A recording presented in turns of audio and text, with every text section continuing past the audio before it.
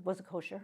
It was a kosher home. My parents were not observant in any ritual fashion, but most of my parents, well, my grandparents were all Orthodox. My maternal grandfather was a rabbi.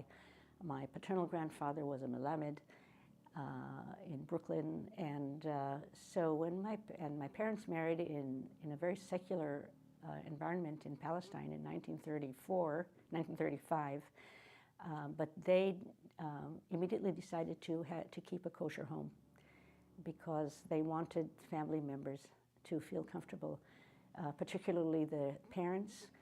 And my mother's oldest brother was one of the founders of Bnei Brak.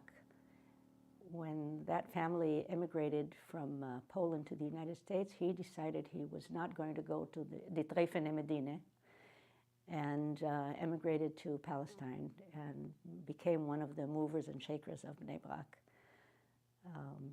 So my parents wanted him to be, among others.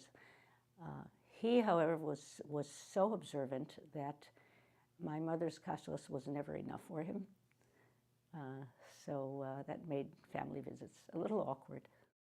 We did go to shul on holidays, although my father would later take his hoe and start working in the backyard.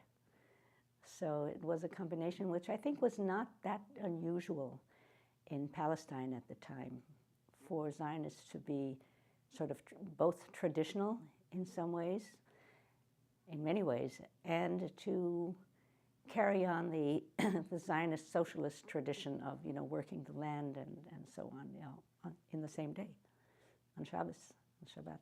Yeah.